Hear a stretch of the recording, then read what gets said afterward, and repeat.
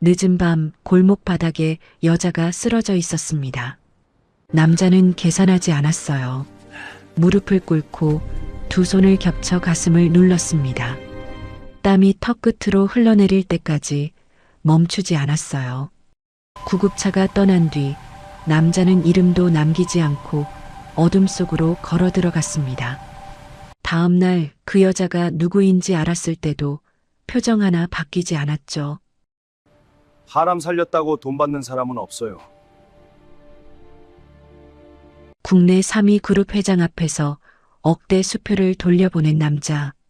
빚더미 위에 앉은 노총각이었습니다. 그 한 번의 거절이 두 사람의 운명을 완전히 뒤바꿔 놓을 줄 아무도 몰랐어요. 오늘의 사연 시작합니다. 늦은 밤 서울 마포구 골목길이었어요. 가로등 하나가 깜빡이다 꺼지는 좁은 이면도로에 강민주는 무거운 발걸음을 끌며 걸었습니다. 오른쪽 어깨에는 다해진 배달 가방이 걸려 있었고 운동화 밑창은 이미 반쯤 떨어져 걸을 때마다 철벅거리는 소리를 냈죠. 오늘 하루 12시간을 뛰었어요. 상차 작업 6시간, 대리운전 4시간, 그 틈에 편의점 도시락 하나로 버텼습니다. 손에 쥔 돈은 현금 8만 3천 원이었어요. 그 돈의 절반은 내일 아침 어머니 병원에 갖다 줘야 했죠. 민주는 걸음을 멈추지 않았습니다. 멈추면 다리가 굳어버릴 것 같았거든요. 그냥 쉬지 않고 걷다 보면 언젠가 집에 닿겠지 하는 생각으로 발을 놀렸어요. 그때였습니다. 골목 안쪽에서 둔탁한 소리가 들렸어요. 쿵 하고 무언가 바닥에 쓰러지는 소리였죠. 민준의 발이 저도 모르게 멈췄습니다. 고개를 돌리자 어두운 골목 한가운데에 사람이 쓰러져 있었어요.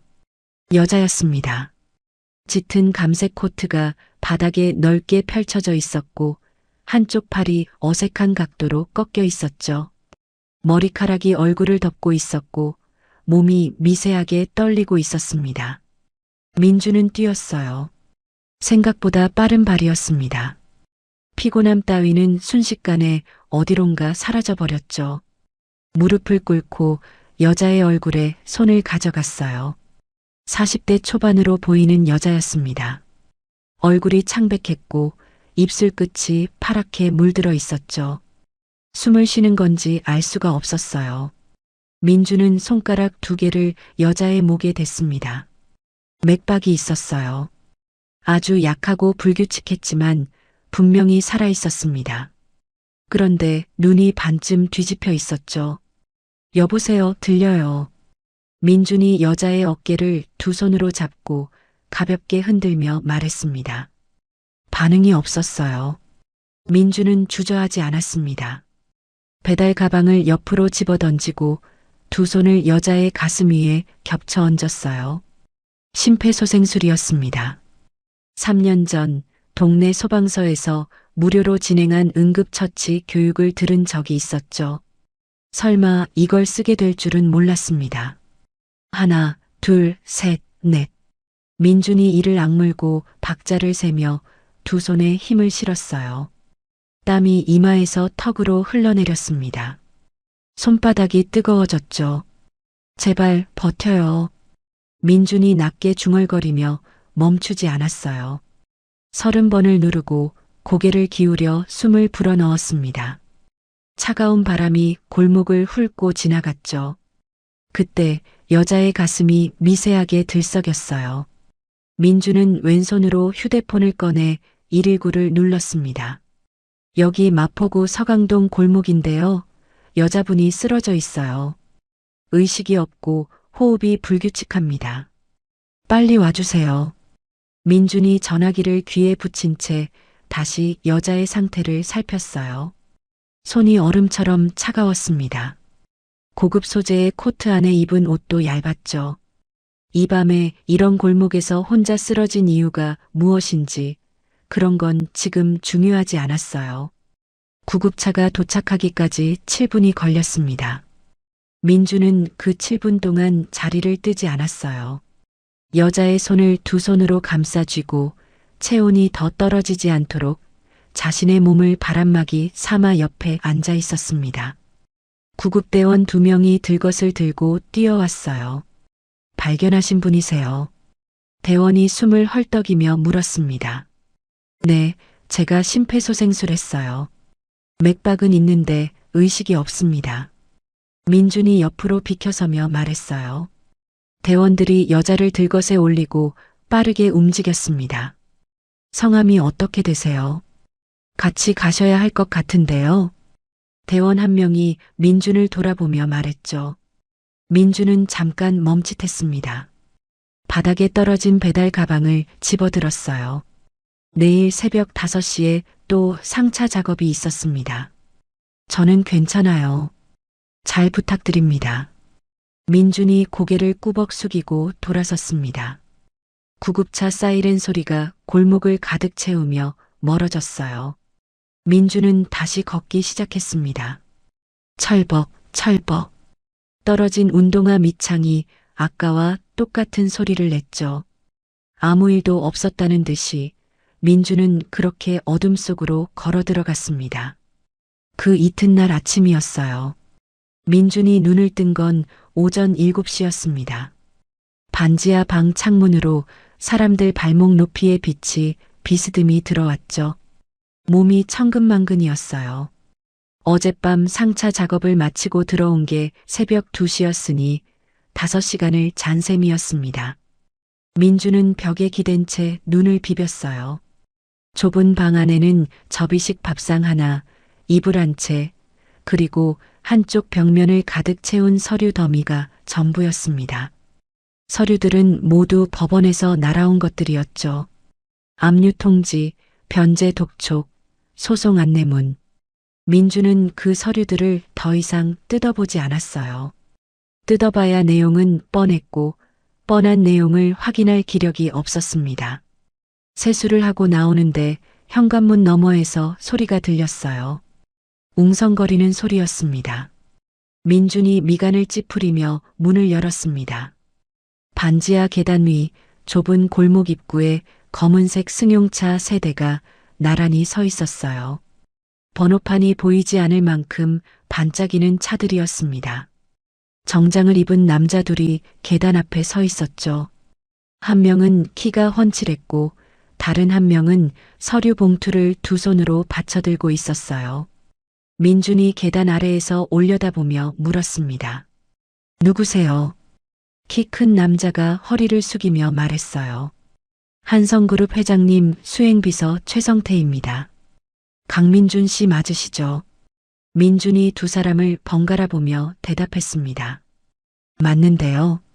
어젯밤에 회장님을 도와주신 분을 찾고 있었습니다. 잠깐 자리를 함께 해주시겠습니까? 민준이 팔짱을 끼며 말했어요. 한성그룹이요. 네, 오정숙 회장님께서 직접 뵙고 싶다고 하셨습니다. 민준은 잠시 골목 끝을 바라봤습니다. 어젯밤 그 여자의 창백한 얼굴이 잠깐 떠올랐죠. 감색 코트, 차가운 손, 파랗게 물든 입술. 살아계세요? 민준이 물었습니다. 물음이라기보다 확인에 가까운 말투였어요. 최성태가 고개를 끄덕이며 말했습니다. 회장님께서 어젯밤 응급수술을 받으셨습니다. 의료진 말로는 발견이 조금만 늦었어도 위험했다고 했습니다. 강민준 씨 덕분입니다. 민준은 아무 말도 하지 않았어요. 다만 어깨에서 힘이 조금 빠지는 것 같았습니다. 최성태가 서류 봉투를 들고 있던 남자에게 눈짓을 했어요. 남자가 2 손으로 봉투를 민준에게 내밀었습니다. 우선 이것부터 받아주십시오. 감사의 표시입니다. 민준이 봉투를 받지 않았습니다. 2 손을 주머니에 찔러 넣은 채로 말했어요. 됩니다. 최성태가 눈썹을 살짝 올리며 말했습니다. 안에 수표가 들어 있습니다. 적지 않은 금액입니다. 민준이 최성태를 똑바로 바라보며 말했어요. 사람 살렸다고 돈 받는 사람은 없어요. 됩니다. 골목에 잠시 침묵이 흘렀습니다. 최성태가 봉투를 거두며 말했죠. 그럼 회장님을 한 번만 만나 주시겠습니까? 직접 인사를 드리고 싶다고 하셨습니다. 민준이 시계를 봤어요. 오전 7시 20분이었습니다. 오늘 오전 중으로 어머니 병원에 들러야 했습니다. 병원 면회 시간이 10시예요. 그 전까지 시간 있으면 가겠습니다. 최성태가 다시 허리를 숙였어요. 감사합니다. 민주는 방 안으로 들어가 낡은 점퍼를 집어들었습니다. 거울 앞에 서지 않았어요. 자신이 어떻게 보이는지 신경 쓸 여유가 없었습니다. 그리고 다시 계단을 올라 골목으로 나왔죠. 검은 벤츠 뒷문이 소리 없이 열렸습니다. 민준이 잠깐 차를 바라봤어요. 태어나서 한 번도 타본 적 없는 종류의 차였습니다. 민준은 아무렇지 않은 얼굴로 안으로 들어가 앉았습니다.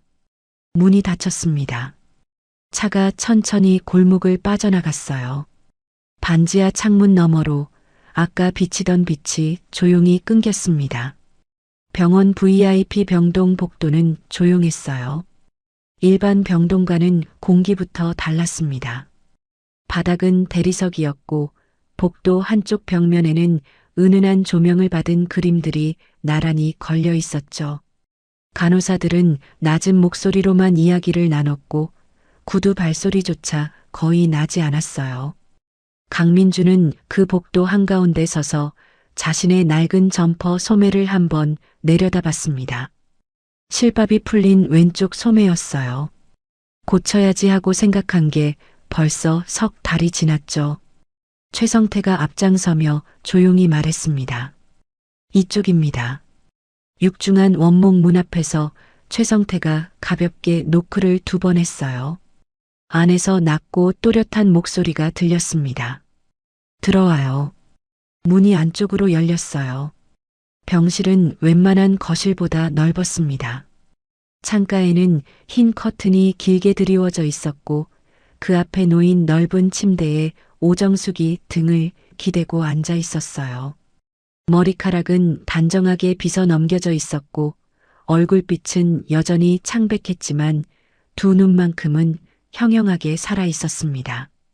어젯밤 골목 바닥에 쓰러져 있던 그 여자가 맞나 싶을 만큼 자세가 반듯했죠. 왼쪽 손등에는 링거 바늘이 꽂혀 있었고 그 위에 하얀 테이프가 깔끔하게 붙어 있었어요. 침대 옆 탁자에는 서류 몇 장이 놓여 있었습니다. 입원한 첫날부터 일을 놓지 않은 흔적이었죠. 오정숙이 민준을 바라봤어요. 민준도 오정숙을 바라봤습니다. 잠시 아무 말이 없었죠. 오정숙이 먼저 입을 열었어요. 앉으세요. 민준이 침대 옆 의자를 당겨 앉았습니다. 최성태는 문 옆에 두 손을 모으고 조용히 섰어요.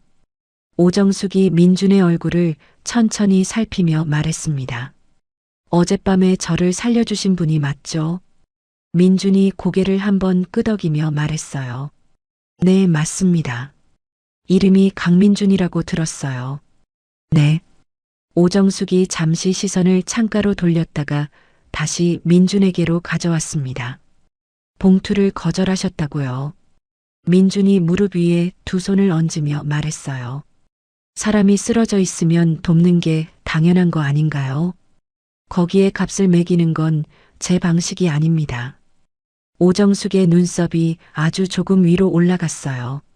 뭔가를 말하려다 멈춘 것 같았습니다. 오정숙은 그 대신 천천히 숨을 내쉬었죠.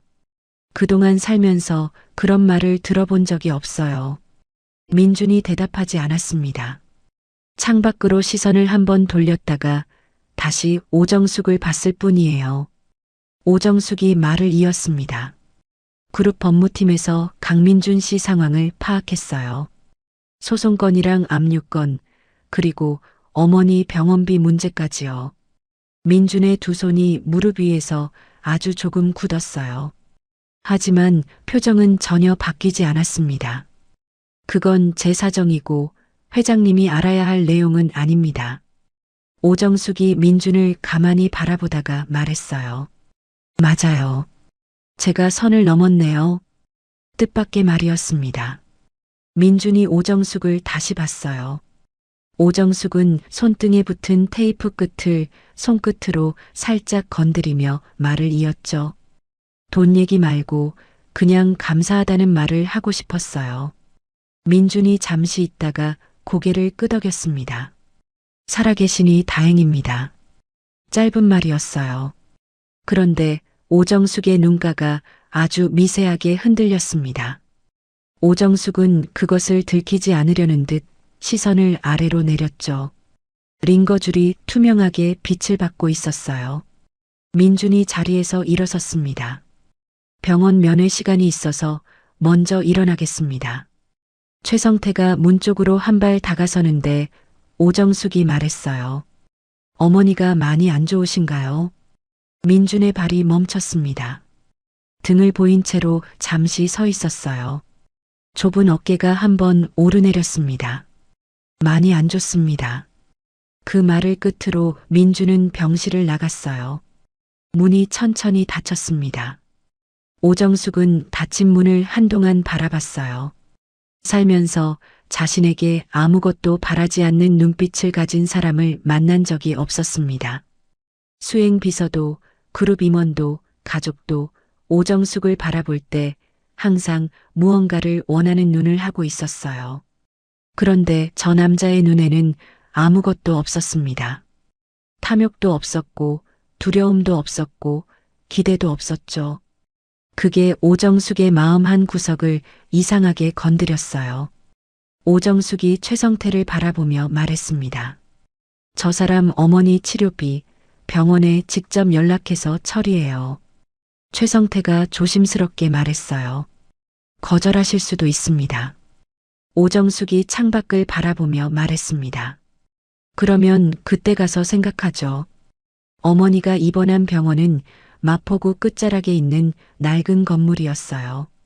엘리베이터가 없었습니다. 민주는 계단을 올랐어요. 3층 복도는 소독약 냄새가 짙었죠. 민주는 이미 그 냄새에 익숙했습니다. 6호실 문을 열었어요. 강민준의 어머니 박순자는 침대에 누워 눈을 감고 있었습니다. 가슴이 천천히 오르내리고 있었어요. 코에는 산소줄이 연결되어 있었고 손등에는 링거 바늘이 꽂혀 있었죠. 이 상태가 된 지 벌써 1년이 넘었습니다. 민주는 어머니 곁 의자에 앉았어요. 차갑고 마른 어머니의 손을 두 손으로 감쌌습니다. 손이 오늘따라 더 작게 느껴졌어요. 어머니, 나왔어. 대답이 없었습니다. 민주는 그걸 알면서도 말을 이었어요. 오늘 날씨 좋더라. 어머니 좋아하는 맑은 날씨야. 담당 간호사가 문을 열고 들어왔습니다. 차트를 들여다보며 말했어요. 강민준 씨, 오늘 원무과에서 연락드렸죠. 민준이 고개를 들었습니다. 네, 들었어요. 간호사가 조심스럽게 말했죠. 이번 달 치료비가 많이 밀렸어요. 원무과 쪽에서 더 이상은 어렵다고 하는데 강민준 씨가 직접 상담을 받으셔야 할 것 같아요. 민준이 어머니 손을 살며시 내려놓으며 말했습니다. 알겠습니다. 제가 내려갈게요. 간호사가 나갔어요.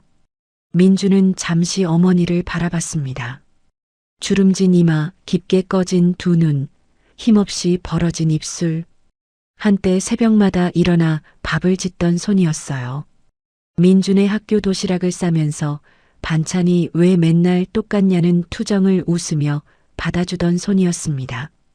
그 손이 지금은 이렇게 작아져 있었죠. 민준이 낮게 말했어요. 조금만 더 기다려. 내가 어떻게든 할게. 그 말이 어머니에게 닿는지 알 수 없었습니다. 하지만 민주는 매번 이 자리에서 같은 말을 했어요. 이 말을 하지 않으면 일어설 수가 없었기 때문이었죠. 원무과 상담실은 1층 복도 끝 방이었습니다. 민준이 들어서자 담당 직원이 서류를 펼치며 말했어요. 강민준 씨, 현재 밀린 치료비가 420만 원입니다. 이달 말까지 최소 200만 원이 납부되지 않으면 저희도 치료를 계속 이어가기가 어렵습니다. 민준이 서류를 내려다보며 말했습니다. 이번 주 안으로 방법을 찾아볼게요. 직원이 안경을 고쳤으며 말했죠. 빠를수록 좋습니다. 민주는 상담실을 나와 병원 현관 앞 계단에 걸터 앉았어요. 주머니 속에 남은 현금은 4만 원이 조금 넘었습니다. 420만 원. 통장은 압류된 상태였고 현금으로 받는 일당이 유일한 수입이었죠. 이번 달 안으로 200만 원을 마련하려면 밥도 굶고 잠도 줄여가며 일을 뛰어야 했어요. 민준이 담배 한 개비를 꺼내 입에 물었습니다. 불은 붙이지 않았어요. 그냥 입술 사이에 끼운 채로 하늘을 올려다봤죠. 구름 한 점 없이 맑은 날이었습니다. 어머니가 좋아할 하늘이었어요. 그때 주머니 속 휴대폰이 울렸습니다. 모르는 번호였어요. 민준이 전화를 받았습니다. 강민준 씨. 낮고 또렷한 목소리였어요. 오정숙이었습니다. 민준이 입에서 담배를 빼며 말했어요. 네, 말씀하세요. 면회는 잘 다녀오셨어요. 네. 오정숙이 잠깐 숨을 고르더니 말했습니다. 강민준 씨한테 부탁하고 싶은 게 있어요. 민준이 미간을 좁히며 말했어요. 부탁이요. 우리 그룹에 와서 일해줬으면 해요. 골목 어딘가에서 바람이 불었습니다. 민준은 손에 든 담배를 잠시 바라봤어요. 저는 지금 택배 상차하는 사람입니다. 오정숙이 말했어요. 알아요. 그리고 전직 회계사라는 것도 알고 있어요. 그 일이 어떻게 끝났는지도 아시겠네요. 알고 있어요. 민준이 담배를 주머니에 넣으며 말했습니다. 그걸 알면서 왜 부르는 겁니까? 오정숙이 천천히 말했어요. 우리 그룹 안에 저도 모르는 구멍이 있어요. 돈이 새고 있고 안에서 누군가 움직이고 있어요. 내부 사람들은 이미 편이 갈려 있어서 믿기가 어렵습니다. 그래서 바깥에서 온 사람이 필요해요.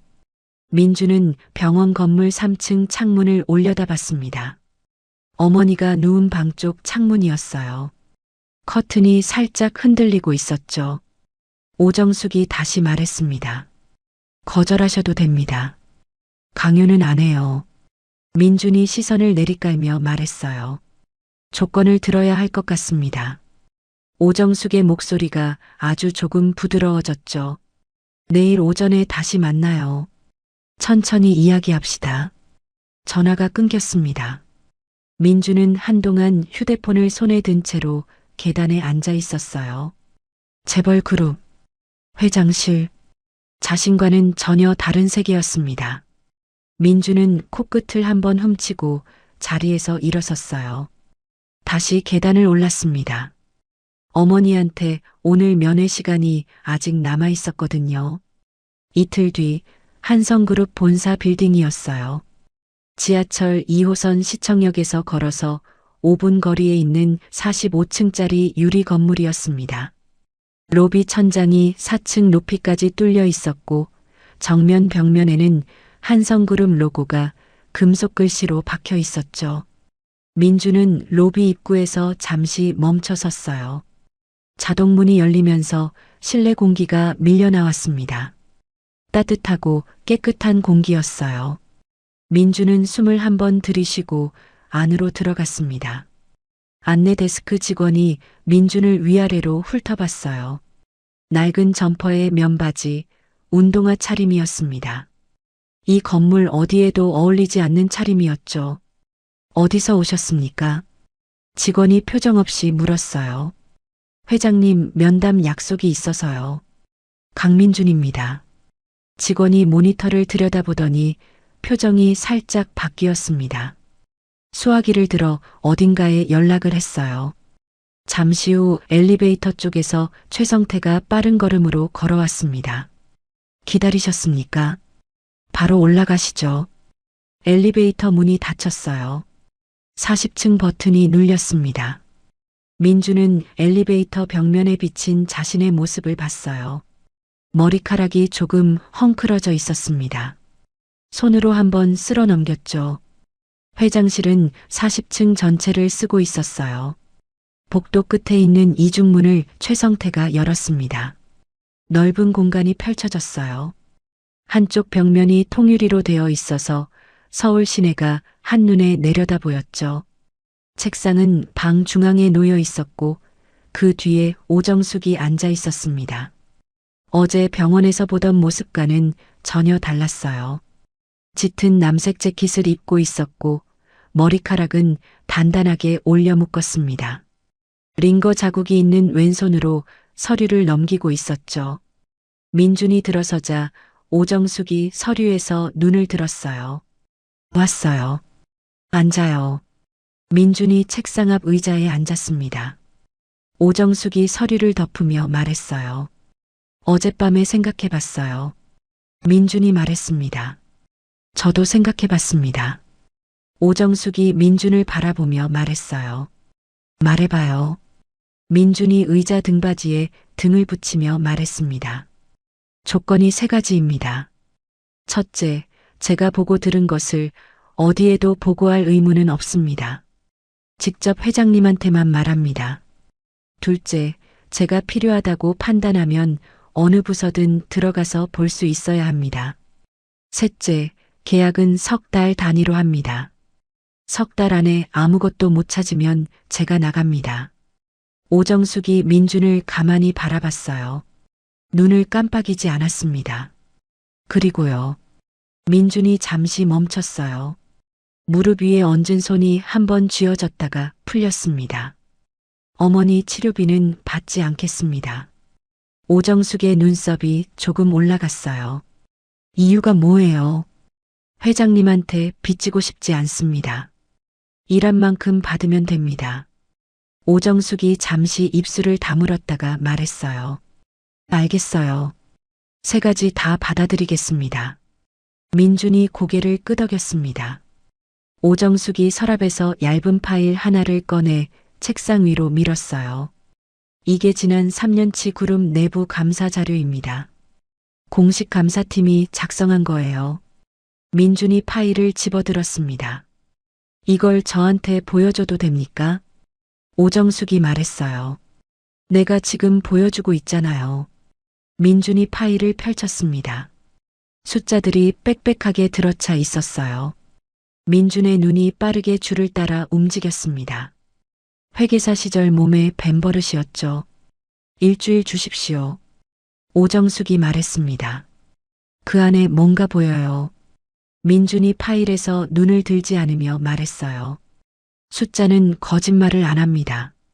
민준이 한성그룹의 특수감사 자격으로 출근한 첫날이었습니다.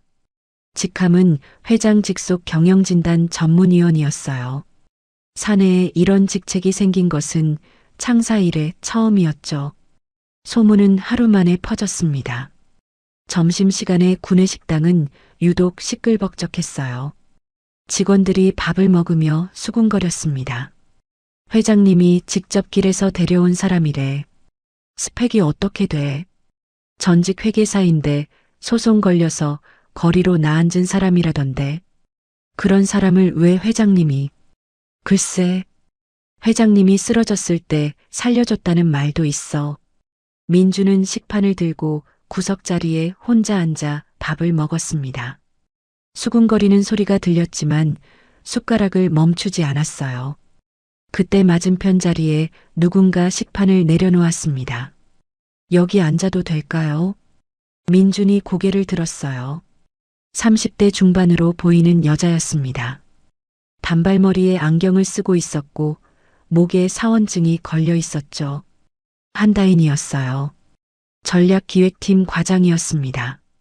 민준이 말했어요. 앉으세요. 한다인이 자리에 앉으며 말했습니다. 저 한다인이에요. 전략기획팀 과장이고요. 강민준입니다. 한다인이 국을 한 숟갈 뜨며 말했어요. 다들 이상한 눈으로 보죠. 신경 쓰지 마세요.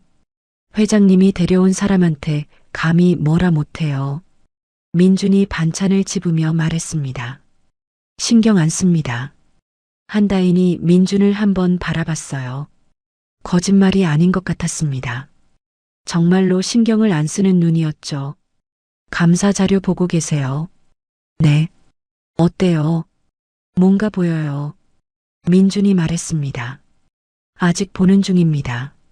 한다인이 밥을 한 숟갈 떠넣으며 말했어요. 저도 이상하다고 느낀 부분이 있어요. 2년 전부터 계열사 몇 군데에서 자금 흐름이 조금 이상했거든요. 근데 제가 말을 꺼낼 때마다 윗선에서 막혔어요. 민준이 한다인을 바라봤습니다. 누가 막았어요? 한다인이 잠깐 주변을 살피더니 목소리를 낮췄어요. 부회장님 쪽이요. 민준이 숟가락을 내려놓으며 말했습니다.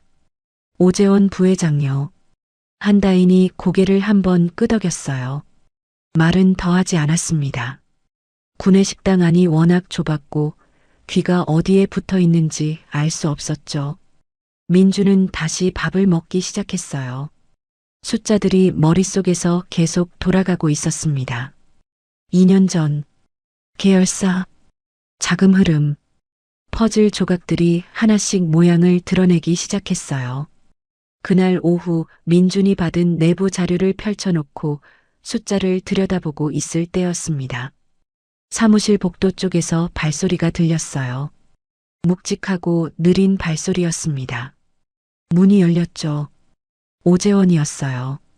47살 다부진 체격에 회색 줄무늬 정장을 입은 남자였습니다. 머리카락은 반듯하게 넘겨져 있었고 입꼬리에는 옅은 웃음이 걸려 있었죠. 하지만 눈은 웃고 있지 않았어요.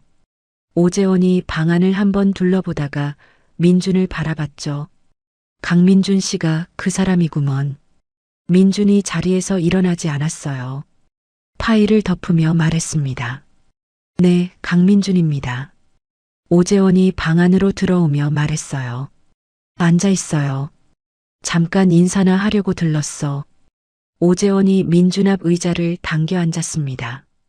두 손을 무릎 위에 얹고 민준을 찬찬히 바라봤어요. 정숙 씨가 급하게 데려왔다는 말을 들었는데 어떤 사람인지 궁금해서 민준이 오재원을 바라보며 말했죠. 뭐가 궁금하십니까? 오재원이 웃음을 유지한 채 말했어요. 전직 회계사라던데 지금은 뭘 봐요? 여기서 그건 회장님한테 물어보시는 게 맞을 것 같습니다. 오재원의 입꼬리가 아주 조금 내려갔어요. 눈이 한번 가늘어졌습니다. 말 참 똑 부러지게 하네. 오재원이 자리에서 일어서며 말했어요. 이 회사가 어떻게 돌아가는지 잘 모르면 다치기 쉬워요. 조심하는 게 좋을 거요. 민준이 오재원을 올려다보며 말했습니다. 조언 감사합니다. 오재원이 문 쪽으로 걸어가다 멈추지 않고 말했어요. 조언이 아니라 충고요. 문이 닫혔습니다. 복도에서 묵직한 발소리가 멀어졌어요. 민주는 덮었던 파일을 다시 펼쳤습니다. 손끝이 숫자 위를 천천히 짚어 내려갔어요. 오재원의 눈빛이 머릿속에 남아 있었습니다. 저 남자가 막아온 것들이 이 숫자들 안에 있었죠. 민주는 연필을 집어들었어요. 파일 여백에 작은 글씨로 뭔가를 적기 시작했습니다. 그날 밤이었어요. 민주는 쪽방촌 골목을 걸어 들어갔습니다. 오후 11시가 넘은 시각이었어요. 손에는 편의점 봉지가 들려 있었습니다. 삼각김밥 2개와 캔커피 하나였죠. 하루 종일 숫자만 들여다보다 보니 밥 먹는 것을 잊고 있었어요. 골목 안쪽에서 누군가 라디오를 틀어놓은 소리가 흘러나왔습니다. 오래된 노래였죠. 민주는 그 소리를 들으며 쪽방 문 앞에 섰어요. 문을 열려는데 발끝에 무언가 걸렸습니다. 바닥에 누런 종이 봉투 하나가 놓여 있었어요. 민준이 몸을 굽혀 집어들었습니다. 봉투 겉면에 글씨가 반듯하게 적혀 있었죠. 강민준 씨 보세요. 민준이 방 안으로 들어가 불을 켰어요. 봉투를 뜯었습니다. 안에는 서류 한 장과 수표 한 장이 들어 있었어요. 서류에는 법원 도장이 선명하게 찍혀 있었습니다. 민준의 압류 소송권이었죠. 서류 위에는 짧은 메모 한 장이 붙어 있었어요. 소송 취하 완료. 압류 해제 절차 진행 중. 수표는 어머니 치료비입니다. 거절하면 병원에 직접 보낼 겁니다. 오정숙. 민준이 서류를 두 손으로 들고 한동안 서 있었어요. 방 안에 아무 소리도 없었습니다. 바깥에서 누군가 기침하는 소리가 얇은 벽을 뚫고 들어왔죠.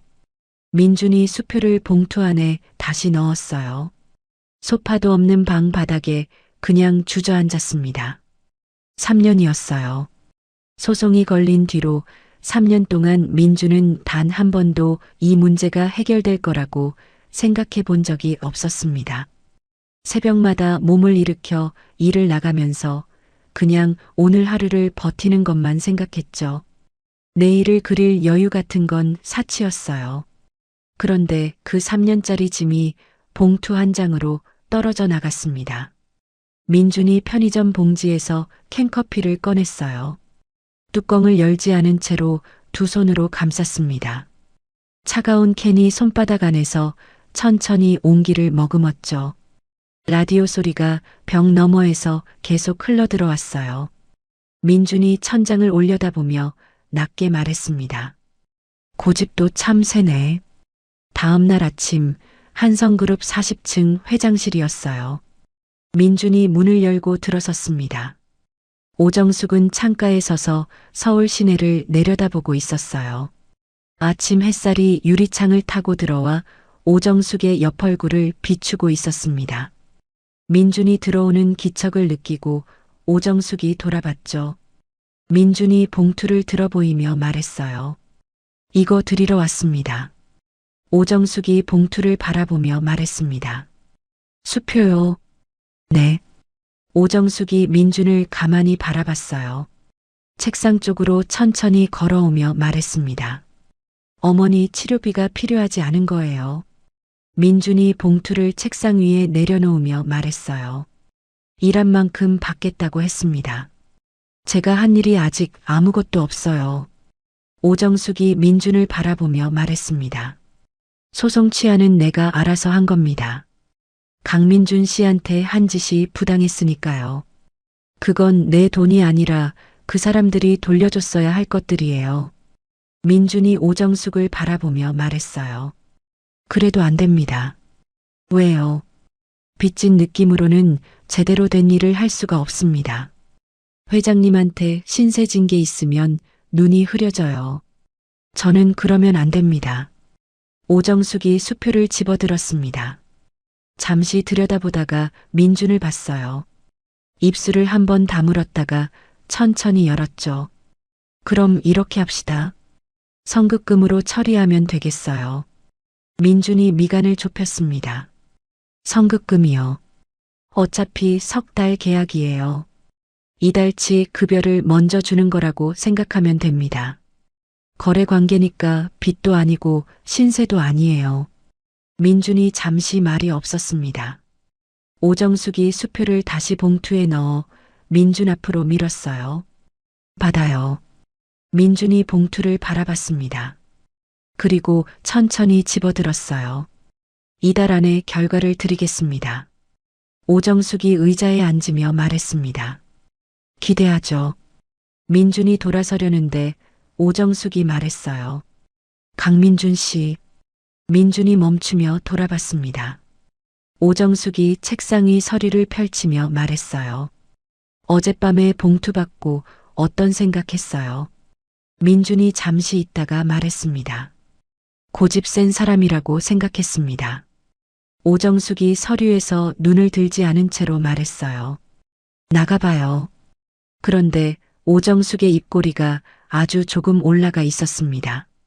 민주는 그것을 보지 못한 채 문을 닫고 나왔죠. 복도를 걷는데 한다인이 서류를 양팔에 안고 반대편에서 걸어왔어요. 회장님 만나고 오는 거예요. 네.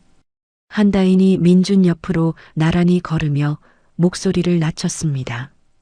오늘 오전에 이상한 일이 있었어요. 민준이 걸음을 늦추며 말했어요. 무슨 일이요? 제 컴퓨터에 누가 접속한 흔적이 있어요. 어젯밤 제가 퇴근하고 나서요. 제가 따로 정리해두던 자료 폴더가 있었는데 파일 순서가 바뀌어 있었습니다. 민준이 한다인을 바라보며 말했어요. 어떤 자료요? 한다인이 복도 끝을 한번 확인하더니 목소리를 더 낮췄습니다. 2년 전부터 제가 조금씩 모아둔 거예요. 계열사 자금 흐름이 이상하다고 느낀 부분들을 따로 정리해 놓은 파일들이었어요. 아직 남아 있어요. 한다인이 고개를 끄덕이며 말했습니다. 다행히 외장하드에 백업을 해뒀어요. 근데 누군가 제 컴퓨터를 들여다봤다는 게 찜찜하죠. 제가 뭔가를 알고 있다는 걸 눈치챈 것 같아서요. 민준이 말했어요. 그 파일 저한테 줄 수 있어요. 한다인이 민준을 바라봤습니다. 잠시 망설이는 눈빛이었어요. 서류를 꼭 끌어안으며 생각하는 것 같았죠. 그러다가 천천히 고개를 끄덕였습니다. 믿어볼게요. 민준이 말했어요. 오늘 퇴근하고 주세요. 사무실 말고 밖에서요. 한다인이 알겠다고 대답하며 복도를 걸어갔습니다. 민준은 제자리로 돌아와 파일을 펼쳤어요. 누군가 한다인의 컴퓨터를 뒤졌다는 건 민준이 그룹 안으로 들어온 것을 이미 눈치채고 먼저 움직이기 시작했다는 뜻이었습니다. 민준이 파일 여백에 연필로 이름 하나를 적었어요. 오재원. 그날 저녁 6시였습니다. 민준과 한다인은 본사 건물 뒤쪽 골목 끝에 있는 작은 커피숍에서 마주 앉았어요. 창가 자리였습니다. 바깥으로 퇴근하는 직장인들이 빠르게 지나갔죠. 한다인이 가방 안에서 외장하드를 꺼내 테이블 위로 조용히 밀었어요. 여기 다 들어있어요. 2년치 자료들이에요. 민준이 외장하드를 손에 들며 말했습니다. 수고했어요. 한다인이 커피잔을 두 손으로 감싸주며 말했어요. 저 이거 하다가 팀장한테 경고받은 적 있어요. 쓸데없는데 시간 쓰지 말라고요. 그 팀장이 부회장님 쪽 사람이에요. 민준이 말했습니다. 경고받고도 계속 모아왔군요. 한다인이 창밖을 바라보며 말했어요. 이상하다고 느끼면 그냥 넘어가지를 못해요. 그게 제 문제이기도 하고요. 민준이 한다인을 바라보며 말했습니다. 문제가 아닙니다. 한다인이 민준을 봤어요. 민준이 외장하드를 주머니에 넣으며 말했습니다. 이거 분석하는데 며칠 걸릴 것 같아요. 그 사이에 한다인 씨 컴퓨터에 남은 자료는 전부 지워두는 게 좋습니다. 한다인이 고개를 끄덕이며 말했어요. 그렇게 할게요. 그런데 강민준 씨 한 가지만 물어봐도 돼요. 말하세요. 한다인이 커피잔을 내려놓으며 말했습니다. 무섭지 않아요. 저는 솔직히 무서워요. 부회장님이 어떤 사람인지 거기서 몇 년을 봤거든요. 근데 강민준 씨는 첫날부터 무서워하는 것 같지가 않아서요. 민준이 테이블 위를 잠시 내려다봤습니다. 그러다가 말했어요. 무서운 것보다 잃을 게 없는 사람이 더 무섭다고 하죠. 한다인이 민준을 바라봤어요. 그 눈빛에 어떤 감정이 담겨 있는지 민준은 눈치채지 못했습니다. 두 사람이 커피숍을 나서는데 민준의 휴대폰이 울렸어요. 모르는 번호였습니다. 민준이 전화를 받았어요. 강민준 씨. 낮고 굵은 남자 목소리였습니다. 민준이 들어본 적 없는 목소리였어요. 누구십니까? 그건 중요하지 않아요. 한 가지만 말해드릴게요. 지금 하고 계신 일 그만두는 게 신상에 좋을 겁니다. 민준이 한다인에게 손짓으로 잠깐 기다리라는 신호를 보냈어요. 한다인이 멈춰서 민준을 바라봤습니다. 민준이 천천히 말했어요. 누가 시켰는지는 알겠는데 저한테 이런 전화가 얼마나 효과가 있을 것 같습니까? 전화기 너머에서 잠시 침묵이 흘렀습니다. 어머니가 지금 어느 병원에 계신지 알고 있어요. 민준의 눈이 가늘어졌습니다. 손에 쥔 휴대폰에 힘이 들어갔어요. 하지만 목소리는 흔들리지 않았죠. 한 번만 더 어머니 얘기를 꺼내면 그게 누구든 후회하게 만들겠습니다. 전화가 끊겼어요. 한다인이 민준의 얼굴을 보며 말했습니다. 무슨 전화예요? 민준이 휴대폰을 주머니에 넣으며 말했어요. 협박 전화입니다. 한다인이 눈을 크게 뜨며 말했죠. 벌써요. 민준이 골목 어귀를 바라보며 말했습니다. 빠르네요. 그만큼 급하다는 거겠죠. 한다인이 민준 옆에 서서 같은 방향을 바라봤어요. 골목 끝에 가로등 하나가 깜빡이고 있었습니다. 민준은 발걸음을 옮겼어요. 주머니 속 외장하드가 손끝에 닿았죠. 오재원이 숨겨온 것들이 이 안에 있었어요. 그리고 이제 그쪽에서도 민준이 움직이고 있다는 걸 알았습니다. 본격적인 싸움은 지금부터였죠. 사흘이 지났어요. 민준은 쪽방 바닥에 자료를 쭉 펼쳐놓고 사흘을 거의 잠을 자지 않았습니다. 한다인이 건네준 외장하드 안의 자료들과 오정숙에게 받은 내부 감사 파일을 나란히 놓고 숫자를 맞춰가는 작업이었어요. 편의점 봉지가 방 한쪽에 쌓여 있었죠.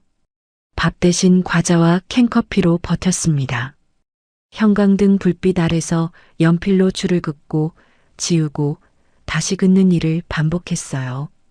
그리고 사흘째 새벽이었습니다. 민준이 연필을 내려놓았어요. 바닥에 펼쳐진 자료 한가운데 동그라미 하나가 크게 그려져 있었습니다. 그 안에 숫자 3개가 적혀 있었죠. 민준이 등을 벽에 기대며 천장을 올려다봤어요. 숨을 길게 내쉬었습니다. 찾았습니다. 오재원이 2년에 걸쳐 계열사 3곳의 자금을 빼돌린 흔적이었어요. 직접 손을 대지는 않았습니다. 서류상으로는 정상적인 외주 계약처럼 보이게 만들어 놓았죠.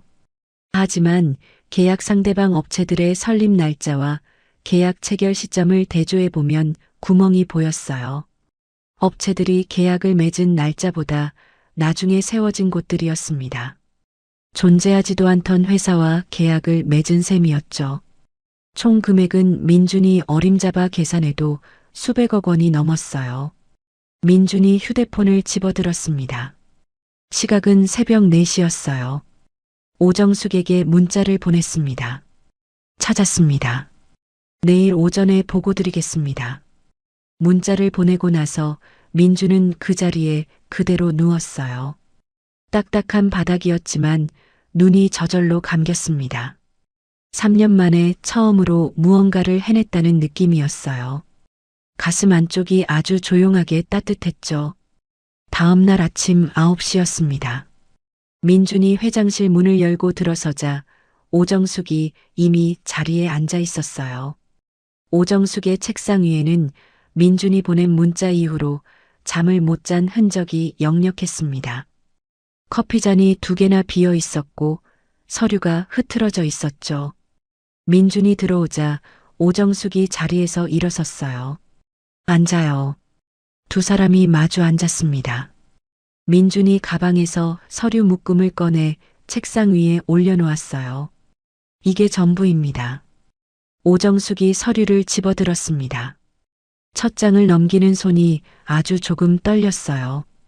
2장, 3장을 넘기며 오정숙의 눈이 빠르게 움직였습니다. 입술이 굳게 다물렸죠. 민준이 말했어요. 계열사 3곳입니다. 한성물산, 한성건설 자회사, 그리고 한성미디어예요. 서류상으로는 외주 용역 계약인데 상대방 업체들이 계약 시점에 존재하지 않았습니다. 페이퍼 컴퍼니들이에요. 오정숙이 서류에서 눈을 들지 않으며 말했습니다. 얼마나 돼요? 민준이 말했어요. 제가 확인한 것만 320억 원입니다. 더 파고들면 더 나올 수 있어요. 오정숙이 서류를 천천히 내려놓았습니다. 두 손을 책상 위에 가지런히 올려놓았어요. 손등에 힘이 들어가 있었죠. 창밖을 잠시 바라보다가 민준을 봤습니다. 언제부터였어요? 2년 전부터입니다. 회장님이 해외 출장을 자주 다니시던 시기와 겹칩니다. 오정숙의 눈가가 미세하게 떨렸어요. 그 뜻을 민준도 알았습니다. 오재원이 오정숙이 자리를 비운 틈을 노렸다는 뜻이었죠. 오정숙이 낮게 말했어요. 증거가 됩니까? 민준이 말했습니다. 됩니다. 계약서 원본이랑 업체 설립 서류를 대조하면 바로 드러나요. 제가 정리한 이 자료만으로도 수사를 시작하기에 충분합니다. 오정숙이 의자 등받이에 등을 기댔어요. 눈을 한번 감았다가 떴습니다. 목소리가 차분했죠. 수고했어요. 민준이 말했어요. 일한 겁니다. 오정숙이 민준을 바라봤습니다. 그 눈빛이 이전과 달랐어요. 처음 병원에서 봤을 때의 눈빛과도 달랐고 회장실에서 처음 마주쳤을 때와도 달랐죠. 무언가를 오래 찾다가 마침내 발견한 사람의 눈빛이었습니다. 오정숙이 말했어요. 점심 먹었어요. 민준이 말했습니다. 아직입니다. 같이 먹죠? 민준이 잠깐 오정숙을 바라봤어요. 오정숙은 이미 수화기를 들어 최성태에게 연락을 하고 있었습니다. 두 사람이 향한 곳은 그룹 본사 근처의 작은 한식집이었어요. 번듯한 식당이 아니었습니다. 골목 안쪽에 있는 허름한 가게였죠. 된장찌개와 제육볶음, 공깃밥이 전부인 곳이었어요. 오정숙이 앞장서서 들어갔습니다. 민준이 따라 들어서며 말했어요. 여기를 아세요? 오정숙이 구석 자리에 앉으며 말했습니다. 15년 전에 이 근처에서 1년을 보냈어요. 그때 매일 여기서 밥을 먹었죠. 민준이 맞은편에 앉으며 말했어요. 15년 전이면 회장님이 그룹을 처음 맡으셨을 때네요. 오정숙이 물을 한 모금 마시며 말했습니다. 맞아요. 그때는 이사들이 전부 등을 돌렸어요. 회의실에 들어가면 아무도 눈을 안 마주쳤죠. 30살짜리 여자가 회장 자리에 앉아 있으니까요. 민준이 말했어요. 어떻게 버텼습니까?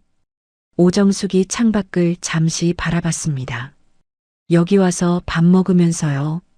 민준이 오정숙을 바라봤어요. 오정숙이 민준을 보며 말했습니다. 이상하게 이 집 된장찌개를 먹으면 버틸 수 있었어요. 별것도 아닌데. 주인 아주머니가 뚝배기를 들고 왔어요.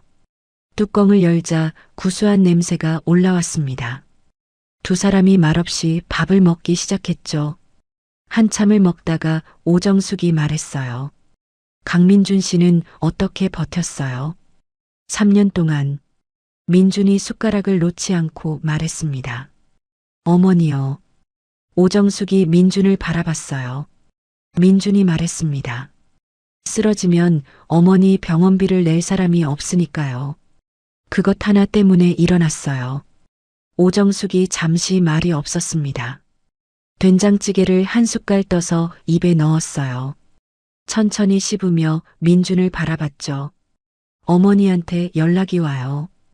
오늘 오전에 병원에서 전화가 왔는데 어머니 상태가 조금 나아지고 있다고 했어요. 민준이 숟가락을 내려놓았습니다. 눈이 조금 흔들렸어요. 그게 무슨 말씀이십니까? 오정숙이 말했어요. 수술 전문의를 연결해뒀어요. 지난주에요.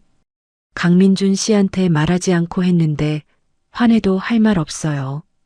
민준이 한동안 말을 하지 못했습니다. 시선이 테이블 위에 고정된 채로 있었어요. 입술을 한번 꽉 다물었다가 천천히 열었죠. 왜 그러셨습니까? 오정숙이 수저를 내려놓으며 말했습니다. 강민준 씨가 나를 살렸으니까요. 그게 다예요. 민준이 고개를 들어 오정숙을 바라봤어요. 오정숙도 민준을 바라봤습니다. 두 사람 사이에 잠시 아무 말도 없었죠. 바깥에서 점심시간 직장인들이 웃으며 지나가는 소리가 들렸어요.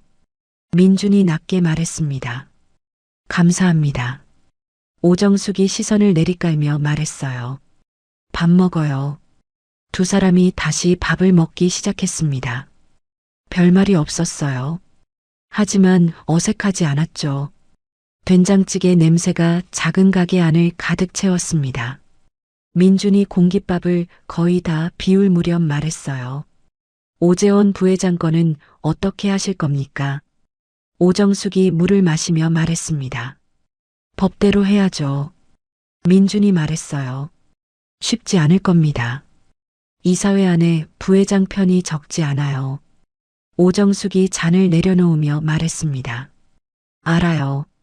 그래서 강민준 씨가 만들어준 이 자료가 필요한 거예요. 민준이 말했어요. 제가 자리를 지켜드리겠습니다. 오정숙이 민준을 바라봤어요. 처음 병원에서 민준을 봤을 때와는 전혀 다른 감정이 눈 안에 있었습니다.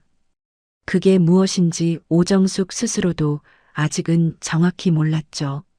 하지만 이 남자 앞에서만큼은 회장이 아닌 다른 무언가가 되는 느낌이었어요. 오정숙이 말했습니다. 믿어볼게요. 두 사람이 식당을 나온 건 1시간쯤 지나서였어요. 골목 바깥으로 나서자 봄 햇살이 쏟아졌습니다.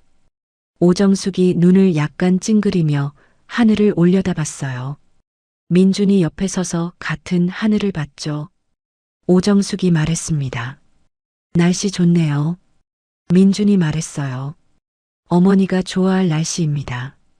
오정숙이 민준을 봤어요. 민준은 여전히 하늘을 보고 있었습니다. 오정숙이 시선을 거두며 걸음을 내딛었어요. 그 짧은 순간이었습니다. 오정숙의 손이 민준의 손 옆을 스쳤어요. 둘 다 멈추지 않았습니다. 그냥 걸었죠. 하지만 오정숙의 귀가 조금 붉어져 있었어요. 민준은 그것을 보지 못했습니다.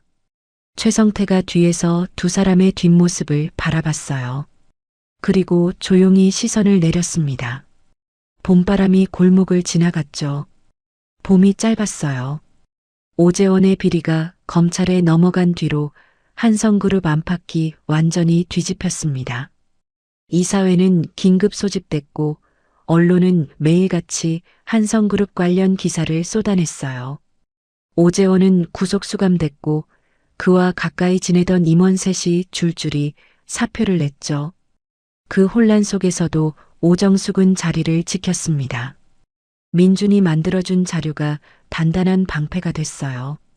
이사회에서 오정숙을 흔들려던 목소리들이 하나씩 잦아들었습니다.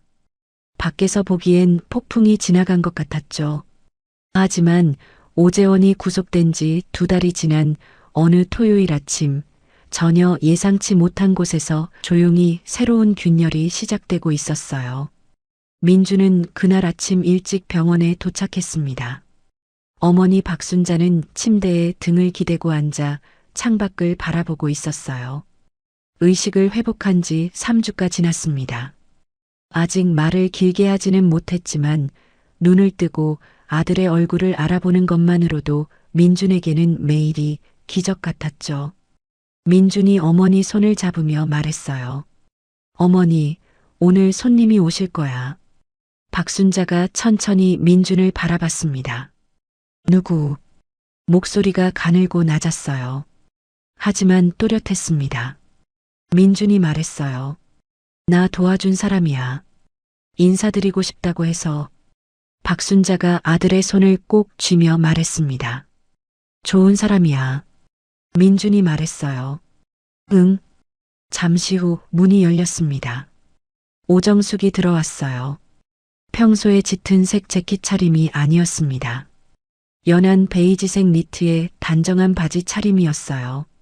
손에는 작은 과일 바구니가 들려 있었죠. 오정숙이 박순자 앞에 서서 허리를 꾸벅 숙이며 말했습니다. 안녕하세요. 오정숙이에요. 아드님 덕분에 제가 살았어요.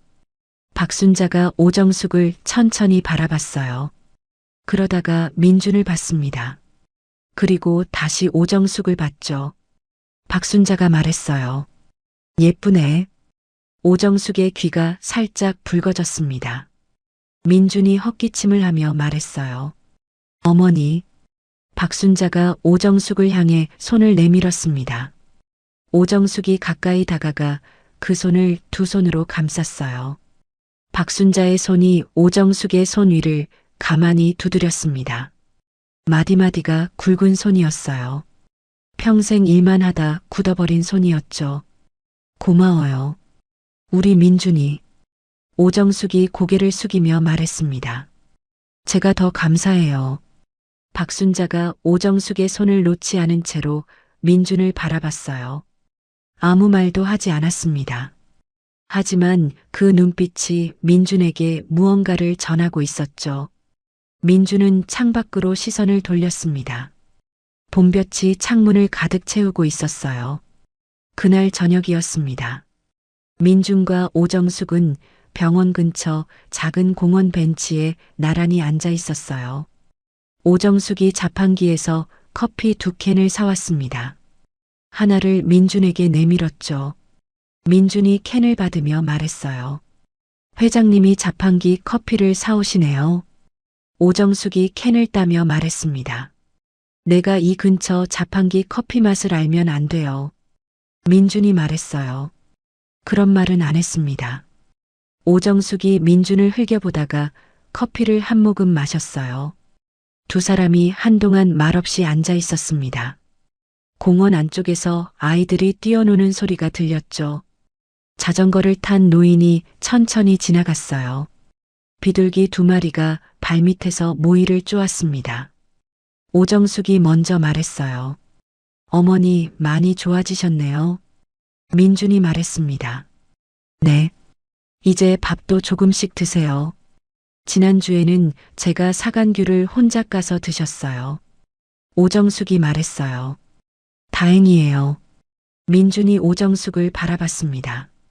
고맙습니다. 전문에 연결해 주신 거요. 오정숙이 시선을 공원 안쪽으로 두며 말했어요. 또 그 말이에요. 민준이 말했습니다. 해야 할 말은 해야 합니다. 오정숙이 커피캔을 두 손으로 감싸주며 말했어요. 강민준 씨는 고맙다는 말을 왜 그렇게 힘들게 해요? 민준이 말했습니다. 힘들게 하는 게 아니라 정확하게 하는 겁니다. 오정숙이 민준을 바라봤어요. 민준도 오정숙을 바라봤습니다. 잠시 두 사람의 시선이 엇갈렸다가 만났죠. 오정숙이 먼저 시선을 거뒀어요. 귀가 또 조금 붉어졌습니다. 오정숙이 말했어요. 강민준 씨, 앞으로 어떻게 할 거예요? 3달 계약이 다음 달이면 끝나잖아요. 민준이 말했습니다. 회장님은 어떻게 하길 원하십니까? 오정숙이 커피를 한 모금 마시며 말했어요. 계속 있어줬으면 해요. 민준이 말했습니다. 일 때문입니까? 오정숙이 잠시 말이 없었어요. 공원 안쪽에서 바람이 불어왔습니다. 오정숙의 머리카락이 살짝 흔들렸어요. 오정숙이 그것을 손으로 쓸어 넘기며 말했습니다. 일 때문만은 아니에요. 민준이 오정숙을 바라봤어요. 오정숙이 정면을 바라본 채로 말을 이었습니다. 처음에는 쓸만한 사람이 필요해서였어요. 그룹을 지켜줄 사람이요. 근데 지금은 그게 다가 아니에요. 민준이 말했어요. 그게 무슨 말인지 정확하게 말씀해 주셔야 합니다. 오정숙이 민준을 바라봤어요. 눈이 흔들렸습니다. 회장실에서 단 한 번도 보여준 적 없는 눈빛이었죠. 차갑고 단단하던 눈이 아니었어요. 그냥 한 여자의 눈이었습니다. 강민준 씨 옆에 있으면 내가 회장이 아니어도 되는 것 같아요. 아무것도 지키지 않아도 될 것 같고요. 그게 참 좋아요. 민준이 한동안 아무 말도 하지 않았습니다. 커피캔을 손에 들고 정면을 바라봤어요. 저녁 하늘이 주황빛으로 천천히 물들고 있었습니다. 공원 가로등이 하나씩 켜지기 시작했죠. 민준이 말했어요. 저도요. 오정숙이 민준을 봤습니다. 민준이 정면을 바라본 채로 말했어요. 회장님 옆에 있을 때가 제일 사람 같은 느낌입니다. 3년 동안 그런 느낌을 모르고 살았어요. 오정숙의 눈가가 미세하게 떨렸습니다. 입술을 한번 다물었다가 천천히 열었어요. 그거면 됐어요. 두 사람이 다시 정면을 바라봤습니다. 나란히 앉아서 같은 하늘을 봤어요. 손이 닿을 듯 말 듯한 거리였습니다. 민준이 천천히 손을 뻗었어요. 오정숙의 손 위에 가만히 얹었습니다. 오정숙이 움츠러들지 않았어요. 손을 뒤집어 민준의 손을 꼭 잡았습니다. 두 손이 맞잡혔어요. 오정숙의 손이 생각보다 차가웠습니다. 민준이 손에 힘을 조금 더 줬어요.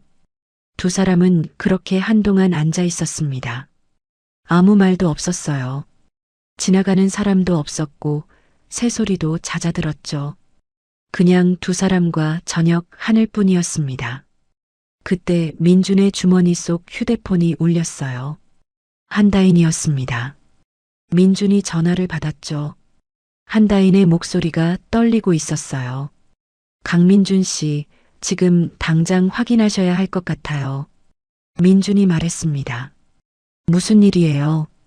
한다인이 숨을 한번 고르며 말했어요. 오준혁이에요. 오재원 부회장 아들이요. 오늘 오후에 해외에서 귀국했어요. 그리고 지금 이사회 긴급 소집을 요청한 상태예요. 오정숙 회장님 회의만을 들고 왔다고 합니다. 민준이 자리에서 일어섰어요.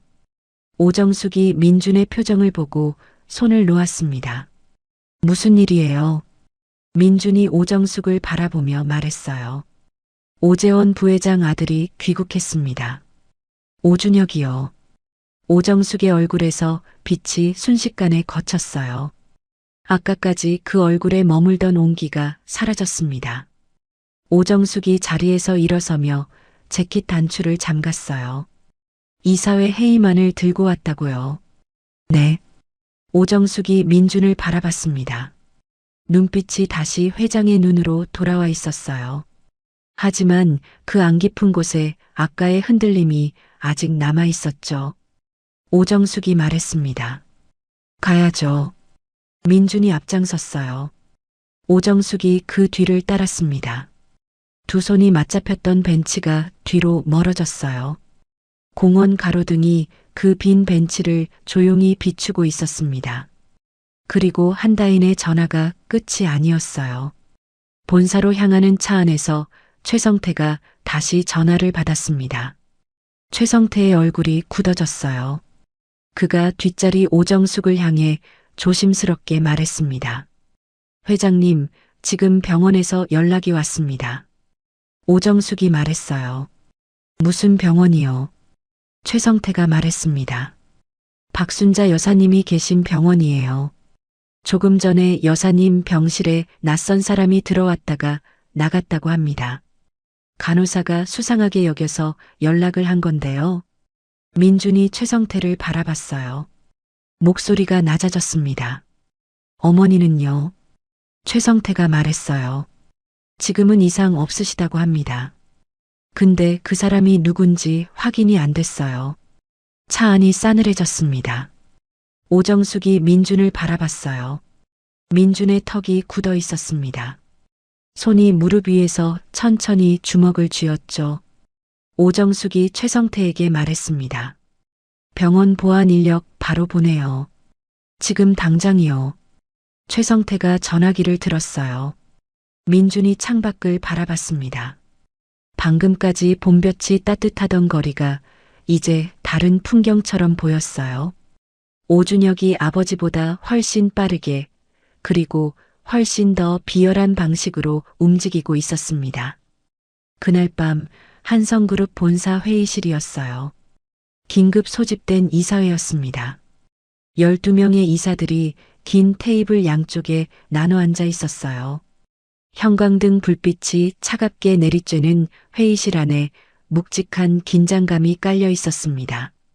오정숙이 상석에 앉았어요. 민주는 오정숙의 바로 뒤에 서 있었죠. 최성태가 그 옆에 나란히 섰습니다. 테이블 맞은편 끝에 오준혁이 앉아 있었어요. 26살이라고는 믿기 어려운 인상이었습니다. 얼굴이 반듯하고 차가웠어요. 양복은 흠 하나 없이 깔끔했고 두 손을 테이블 위에 가지런히 얹고 있었죠. 눈이 웃고 있지 않았습니다. 아버지 오재원보다 훨씬 조용하고 그래서 더 위험한 눈이었어요. 오준혁이 자리에서 일어서며 말했습니다. 이사회 여러분, 오늘 이 자리를 요청한 이유는 한 가지입니다. 현 경영진이 그룹을 위기로 몰아넣고 있습니다. 오재원 부회장 구속 사태는 외부인을 무리하게 내부에 끌어들인 오정숙 회장의 독단적인 경영 판단이 불러온 결과입니다. 이사들 사이에서 웅성거리는 소리가 났어요. 오정숙이 눈 하나 깜짝하지 않으며 말했습니다. 오재원 씨의 비리는 외부인이 만들어낸 것이 아닙니다. 이미 검찰이 증거를 확인한 사실이에요. 오준혁이 오정숙을 바라보며 말했어요. 회장님, 저는 지금 비리 여부를 따지는 게 아닙니다. 경영 판단의 문제를 말하는 거예요. 그룹 내부 인사도 아닌 사람을 회장 직속으로 앉혀서 이사회의 동의도 없이 내부 자료를 들여다보게 한 것, 이게 정상적인 경영입니까? 이사 한 명이 테이블을 가볍게 두드리며 말했어요. 오준혁 씨 말도 일리가 있습니다. 절차 문제는 짚고 넘어가야 해요. 오정숙이 그 이사를 바라보며 말했습니다. 절차를 지켰다면 오재원 씨가 300억을 빼돌리는 동안 아무도 몰랐겠죠. 회의실이 조용해졌어요. 오준혁이 서류 봉투를 테이블 위에 올려놓으며 말했습니다. 이사회 여러분께 해임 동의안을 제출합니다. 찬성 6이면 됩니다. 민준이 오정숙의 뒤에 서서 이사들의 얼굴을 하나씩 살폈어요. 12명 중에 표정이 흔들리는 사람이 셋이었습니다. 오재원 쪽과 가까웠던 인물들이었죠. 민준이 조용히 최성태에게 몸을 기울여 낮게 말했어요. 한다인 씨한테 연락해요. 지금 바로요. 최성태가 회의실 밖으로 나갔습니다. 오준혁이 이사들을 둘러보며 말했어요. 저는 한성그룹의 미래를 위해 이 자리에 왔습니다. 감정이 아니라 숫자로 말씀드리겠어요. 오준혁이 노트북을 열었습니다. 화면이 정면 스크린에 떴어요. 그룹 주가 그래프와 계열사 실적 자료였습니다. 오정숙 회장 체제에서 지난 2년간 주가가 얼마나 떨어졌는지 보십시오. 이사들이 스크린을 바라봤어요. 웅성거림이 커졌습니다. 오정숙이 스크린을 바라보다가 민준을 돌아봤어요. 민준이 오정숙의 눈을 보며 낮게 말했습니다. 버티십시오. 한다인 씨가 움직이고 있습니다. 오정숙이 다시 정면을 바라봤어요. 등이 반듯했습니다. 회의실 밖 복도에서 한다인이 뛰고 있었어요. 손에 노트북을 들고 있었습니다. 머리카락이 흐트러져 있었죠. 최성태의 전화를 받고 회사 근처 카페에서 뛰어온 참이었어요. 한다인이 회의실 문 옆 작은 방으로 들어가 노트북을 열었습니다. 손가락이 빠르게 움직였어요. 한다인이 혼자 중얼거렸습니다. 있어야 하는데, 있어야 해. 파일 폴더를 열었어요.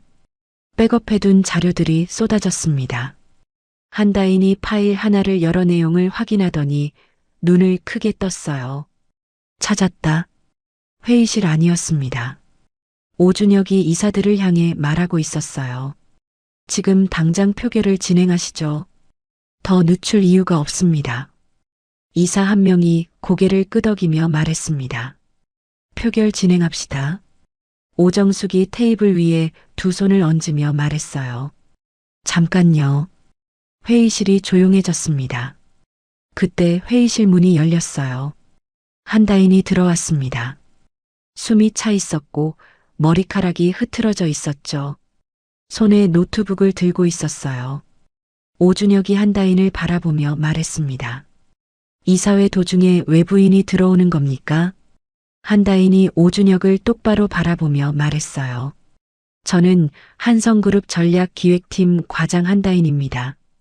외부인이 아니에요. 한다인이 노트북을 테이블 위에 올려놓으며 이사들을 바라봤습니다. 이사회 여러분, 오준혁 씨가 제출한 자료를 보시기 전에 이걸 먼저 보셔야 합니다. 스크린이 바뀌었어요. 오준혁이 자리에서 일어서며 말했습니다. 지금 뭐 하는 겁니까? 한다인이 오준혁을 바라보며 말했어요. 오준혁 씨, 해외 계좌 3개 아시죠? 싱가포르 2개, 홍콩 하나요. 회의실이 얼어붙었습니다. 한다인이 말을 이었어요. 오재원 부회장님이 빼돌린 자금 중 일부가 이 계좌로 들어갔어요. 그리고 이 계좌의 명의자가 오준혁 씨 어머니 이름으로 되어 있습니다. 오준혁의 얼굴이 굳었어요. 입술이 얇게 펴졌습니다. 그 자료가 어디서 나왔는지 알고 싶네요. 한다인이 말했습니다. 적법하게 확보한 자료입니다. 오재원 부회장님 구속 과정에서 검찰이 확보한 금융자료 사본이에요. 저는 이걸 2년 전부터 가지고 있었습니다. 이사들이 스크린을 바라봤어요. 숫자들과 계좌 내역이 빼곡하게 적혀 있었습니다. 이사 한 명이 오준혁을 바라보며 말했어요. 오준혁 씨, 이게 사실입니까? 오준혁이 테이블 위에 손을 짚으며 말했습니다. 이건 조작된 자료입니다. 민준이 오준혁을 바라보며 말했어요. 계좌 개설 일자와 입금 내역이 검찰 자료와 일치합니다. 조작이라고 주장하시려면 검찰에 가서 하십시오. 오준혁이 민준을 바라봤습니다. 눈 안에 서늘한 빛이 돌았어요. 하지만 아무 말도 하지 않았습니다. 이사들이 서로 눈빛을 교환했어요. 아까까지 흔들리던 3명의 이사들이 고개를 숙이며 테이블을 바라봤습니다. 이사 한 명이 말했어요. 회의만 표결은 오늘 진행하기 어렵습니다. 추가 확인이 필요한 사항이 있으니 다음 이사회로 미루죠. 오준혁이 노트북을 닫으며 말했습니다. 좋습니다. 오늘은 여기까지 하죠. 오준혁이 자리에서 일어섰어요. 회의실을 나가면서 민준 옆을 지나쳤습니다. 오준혁이 민준의 귀에 낮게 말했어요. 재미있게 하시네요. 민준이 정면을 바라본 채로 말했습니다. 어머니 병원 근처에 얼씬거리지 마십시오. 오준혁의 발이 잠깐 멈췄어요. 그리고 다시 걸었습니다. 회의실 문이 닫혔죠. 이사들이 빠져나간 뒤 회의실에는 오정숙과 민준, 그리고 한다인만 남았어요. 한다인이 노트북을 닫으며 자리에 털썩 앉았습니다. 긴장이 풀린 탓인지 어깨가 축 처졌어요. 오정숙이 한다인에게 다가가며 말했습니다. 수고했어요. 한다인이 고개를 들어 오정숙을 바라봤어요. 저 오늘 잘린 거 아니죠? 오정숙이 말했습니다. 부사장 자리 생각해봐요. 한다인이 눈을 크게 뜨며 말했어요. 네. 진심이에요. 한다인이 민준을 바라봤습니다. 민준이 말했어요. 잘했어요. 한다인이 고개를 끄덕이며 자리에서 일어섰습니다. 노트북을 챙기며 말했어요. 저 먼저 나갈게요. 한다인이 회의실을 나갔습니다. 문이 닫혔어요. 오정숙과 민준만 남았습니다. 오정숙이 테이블 위 서류들을 바라보다가 민준을 봤어요. 고마워요. 민준이 말했습니다. 한다인 씨가 해낸 겁니다. 오정숙이 말했어요. 한다인 씨를 움직인 건 강민준 씨잖아요. 민준이 오정숙을 바라봤습니다. 오정숙이 민준 앞으로 한 걸음 다가서며 말했어요. 오늘 표결이 들어갔으면 어떻게 됐을 것 같아요? 민준이 말했습니다. 졌을 겁니다. 오정숙이 민준을 바라봤어요. 민준이 말했습니다. 하지만 오늘 막은 건 끝이 아닙니다. 오준혁은 다시 옵니다. 오정숙이 고개를 끄덕였어요. 알아요. 오늘 밤 안으로 남은 이사들 파악해야 합니다. 흔들릴 수 있는 사람들을 먼저 챙기십시오. 오정숙이 민준을 바라보며 말했습니다. 강민준 씨는 그룹 일을 자기 일처럼 하네요.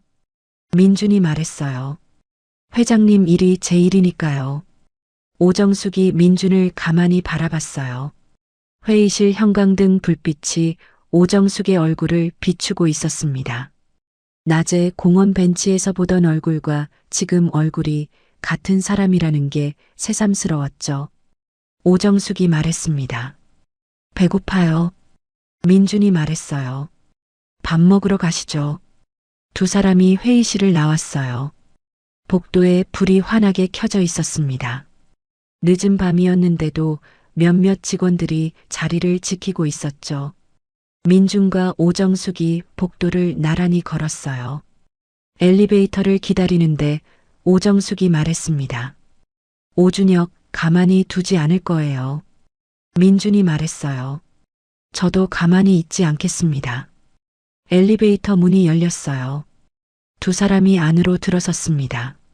문이 닫혔죠. 건물 아래로 내려가면서 오정숙이 민준의 옆에 조용히 섰어요. 어깨가 닿을 듯 말 듯한 거리였습니다. 아무 말도 없었어요. 하지만 두 사람 다 그 거리를 줄이지도 늘리지도 않았습니다. 엘리베이터가 1층에 닿았어요. 문이 열렸습니다. 늦은 밤 로비에 경비원 한 명이 고개를 숙여 인사했죠. 두 사람이 건물 밖으로 나왔어요. 밤바람이 불었습니다. 오정숙이 재킷깃을 여미며 말했어요. 된장찌개 먹을 수 있는데 알아요. 민준이 말했습니다. 이 시간에요. 오정숙이 말했어요. 24시간 하는 데예요. 예전에 혼자 자주 갔던 곳이에요. 민준이 말했습니다. 가시죠. 두 사람이 밤길을 걸었어요. 가로등 불빛이 길 위에 노랗게 내려앉아 있었습니다. 오정숙의 구두 소리와 민준의 운동화 소리가 엇갈리며 골목을 채웠어요. 한 블록쯤 걷다가 오정숙이 말했습니다. 강민준 씨. 네. 오정숙이 정면을 바라보며 말했어요. 고마워요. 오늘. 민준이 말했습니다. 내일도 있습니다. 오정숙이 말했어요. 알아요. 두 사람이 골목 안으로 들어갔죠. 된장찌개 냄새가 먼저 흘러나왔어요. 작은 가게 창문에 불이 켜져 있었습니다. 민준이 문을 당겨 열었어요. 오정숙이 안으로 들어갔죠. 민준이 그 뒤를 따랐어요. 문이 닫혔습니다. 오준혁이 다시 움직인 건 이사회 사흘 뒤였어요. 이번에는 이사회가 아니었습니다. 훨씬 더 직접적이고 비열한 방식이었죠. 민준이 아침 일찍 출근하려고 쪽방 골목을 나서는데 낯선 남자 둘이 골목 입구를 막고 서 있었어요. 체격이 좋았고 점퍼 안쪽이 볼록했습니다. 민준이 걸음을 멈추지 않고 그대로 걸어가며 말했어요. 비켜요. 남자 하나가 민준의 앞을 가로막으며 말했습니다. 강민준 씨, 잠깐 시간 좀 내주셔야겠어요. 민준이 남자를 바라봤어요. 누가 보냈는지는 알겠고 할 말이 있으면 하십시오. 남자가 목소리를 낮추며 말했습니다. 그냥 조용히 손 떼면 됩니다. 어머니도 계시고 잃을 게 생겼잖아요. 예전이랑 다르게요. 민준이 그 남자를 가만히 바라봤어요. 눈 하나 깜짝하지 않았습니다. 그 말 오준혁한테 그대로 전해요. 잃을 게 생긴 사람이 더 무섭다고요. 민준이 남자의 옆을 그냥 지나쳤어요. 남자가 팔을 뻗어 민준의 어깨를 잡으려는 순간 골목 입구 쪽에서 검은 차가 들어섰습니다. 최성태가 차에서 내리며 말했어요. 이분들 지금 뭐 하시는 겁니까? 남자 둘이 최성태와 차를 번갈아 보더니 말없이 골목을 빠져나갔습니다. 최성태가 민준에게 다가오며 말했어요. 회장님이 보내셨습니다. 어젯밤부터 이쪽 상황을 파악하고 있었어요. 민준이 차에 오르며 말했습니다. 어머니 병원 쪽은요? 최성태가 운전석에 앉으며 말했어요. 보안 인력이 병원 앞에 상주하고 있습니다. 걱정 안 하셔도 됩니다. 민준이 창밖을 바라봤어요. 골목이 뒤로 멀어졌습니다. 그날 오후였어요. 오준혁이 직접 움직였습니다. 한성그룹 본사 로비에 오준혁이 변호사 2명을 대동하고 들어섰어요. 손에는 서류 봉투를 들고 있었습니다. 로비 직원이 당황해서 최성태에게 연락을 했고 최성태가 오정숙에게 보고했죠. 오정숙이 민준을 바라보며 말했습니다. 올 것이 왔네요. 민준이 말했어요. 준비됐습니다. 오준혁이 회장실로 올라왔어요. 변호사 2명이 양옆에 섰습니다. 오준혁이 서류 봉투를 오정숙의 책상 위에 올려놓으며 말했어요. 가처분 신청입니다. 오정숙 회장님의 경영권 행사를 법원에서 일시 정지시키는 거예요. 오정숙이 봉투를 집어들며 말했습니다. 근거가 뭐예요? 오준혁이 오정숙을 바라보며 말했어요. 회장님이 외부인을 통해 이사회 동의 없이 내부 자료를 열람하게 했습니다. 그룹 정관 위반이에요. 민준이 오준혁을 바라보며 말했습니다. 회장 직속 감사는 이사회 동의 사항이 아닙니다. 정관 몇 조를 말씀하시는 건지 정확하게 짚어주십시오. 오준혁이 민준을 바라봤어요. 강민준 씨, 당신은 이 자리에서 발언권이 없어요. 민준이 말했습니다. 회장님 직속 경영진단 전문위원입니다. 발언권 있습니다. 오준혁의 변호사 1명이 서류를 펼치며 말했어요. 정관 12조 3항 외부 인사 내부 감사 권한 부여 시 이사회 과반 동의를 요한다고 명시되어 있습니다. 민준이 책상 서랍에서 서류를 꺼냈어요. 미리 준비해둔 것이었습니다. 한성그룹 정관 12조 3항은 지난해 3월 이사회에서 개정됐습니다. 회장 직속 감사 인사는 이사회 보고 후 즉시 효력을 갖는다고 바뀌었어요. 보고는 제가 임명되던 날 서면으로 전달됐습니다. 변호사가 서류를 들여다봤어요. 눈썹이 움직였습니다. 오준혁이 변호사를 바라봤어요. 변호사가 낮게 말했습니다. 확인이 필요합니다. 오준혁이 민준을 바라봤어요. 눈 안에 서늘한 빛이 돌았습니다. 강민준 씨, 끝까지 가자는 거죠. 민준이 말했어요. 처음부터 끝까지 가려고 했습니다. 오준혁이 변호사들에게 눈짓을 했어요. 세 사람이 회장실을 나갔습니다. 문이 닫혔죠. 오정숙이 민준을 바라봤어요. 정관 개정된 거 언제 알았어요? 민준이 말했습니다. 사흘 전에 확인했습니다. 혹시 몰라서요. 오정숙이 민준을 한동안 바라봤어요. 그러다가 말했습니다. 강민준 씨. 네. 오정숙이 자리에서 일어서며 말했어요. 나 오늘 일찍 퇴근할 거예요. 민준이 말했습니다. 오준혁이 또 움직일 수 있습니다. 오정숙이 재킷을 집어들며 말했어요. 움직이면 그때 막으면 되죠. 오늘은 그냥 쉬고 싶어요. 두 사람이 향한 곳은 어머니가 있는 병원이었습니다. 오정숙이 먼저 가고 싶다고 했어요. 민준이 왜냐고 묻지 않았습니다. 그냥 함께 갔죠. 박순자는 오늘따라 안색이 좋았어요. 침대에 앉아서 텔레비전을 보고 있었습니다. 민준이 들어서자 박순자가 환하게 웃었어요. 왔어. 민준이 어머니 곁에 앉으며 말했습니다. 응. 오늘 어때? 박순자가 말했어요. 좋아. 오늘 죽도 다 먹었어. 민준이 말했습니다. 잘했네. 오정숙이 들어오자 박순자가 오정숙을 향해 손을 흔들었어요. 지난번보다 팔을 더 높이 들었습니다. 오정숙이 박순자 옆에 앉으며 말했어요. 많이 좋아지셨네요. 박순자가 오정숙의 손을 잡으며 말했습니다. 당신 덕분이에요. 오정숙이 말했어요. 아니에요. 어머니가 잘 버티셨어요. 박순자가 오정숙과 민준을 번갈아 바라봤어요. 그러다가 민준에게 말했습니다. 이 사람 놓치면 안 돼. 민준이 말했어요. 어머니. 박순자가 손을 저으며 말했습니다. 내가 할 말은 해야지. 오정숙 씨, 우리 민준이 좀 부탁해요. 혼자 너무 오래 살았어요. 오정숙의 눈가가 붉어졌어요. 고개를 숙이며 말했습니다. 네, 어머니. 민준이 창밖을 바라봤어요. 귀가 빨개져 있었죠. 병원을 나온 건 저녁 무렵이었습니다. 두 사람이 병원 앞 골목을 걸었어요. 노을이 건물 사이로 비스듬히 내려앉고 있었습니다.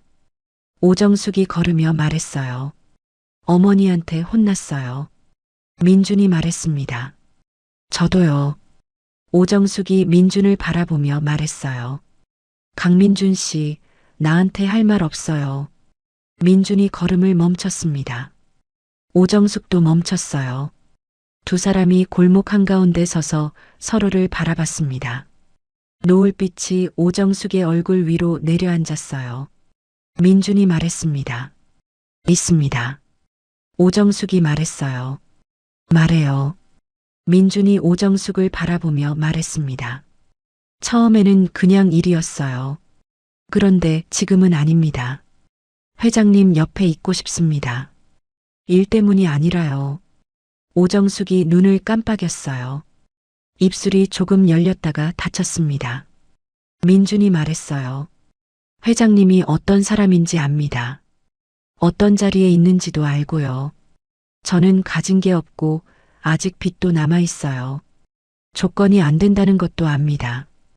오정숙이 말했습니다. 그런 말 하려고 꺼낸 거예요. 민준이 말했어요.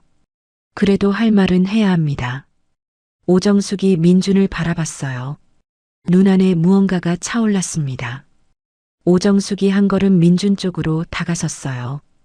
강민준 씨, 나는 평생 조건을 따지며 살았어요.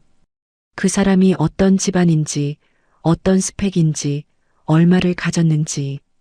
근데 그렇게 살았더니 곁에 아무도 없더라고요. 민준이 오정숙을 바라봤습니다. 오정숙이 말했어요. 조건 같은 거 필요 없어요. 강민준 씨면 됩니다. 골목에 바람이 불었습니다. 두 사람 사이의 거리가 좁혀졌어요. 민준이 오정숙의 손을 잡았습니다. 오정숙이 그 손을 놓지 않았어요. 그로부터 석 달 뒤였습니다. 오준혁의 가처분 신청은 법원에서 기각됐어요. 민준이 준비한 정관 개정 자료가 결정적이었죠. 오준혁은 추가로 아버지 비자금 연루 혐의까지 검찰 조사를 받게 됐습니다. 해외 계좌 3개가 수사 대상에 올랐어요. 오준혁은 더 이상 한성그룹 앞에 나타나지 않았습니다. 한성그룹 이사회에서는 한다인이 최연소 부사장으로 선임됐어요. 한다인이 발령 통보를 받던 날 민준에게 전화를 했습니다. 강민준 씨, 저 부사장 됐어요. 민준이 말했어요. 축하해요. 한다인이 말했습니다.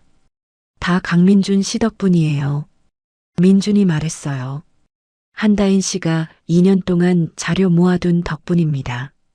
한다인이 잠시 말이 없다가 말했어요. 강민준 씨, 행복하게 사세요. 두 분 다요. 민준이 말했습니다. 고마워요. 전화가 끊겼어요. 어느 일요일 오전이었습니다. 민준은 병원에서 어머니와 나란히 앉아 있었어요. 창밖으로 햇살이 들어왔습니다. 박순자가 오늘은 혼자 귤을 까고 있었어요. 손이 예전보다 훨씬 자유로워졌습니다. 문이 열렸어요. 오정숙이 들어왔습니다. 손에 도시락 가방이 들려 있었어요. 박순자가 말했습니다. 왔어요. 오정숙이 박순자 곁에 앉으며 말했어요. 어머니, 오늘 된장찌개 싸왔어요.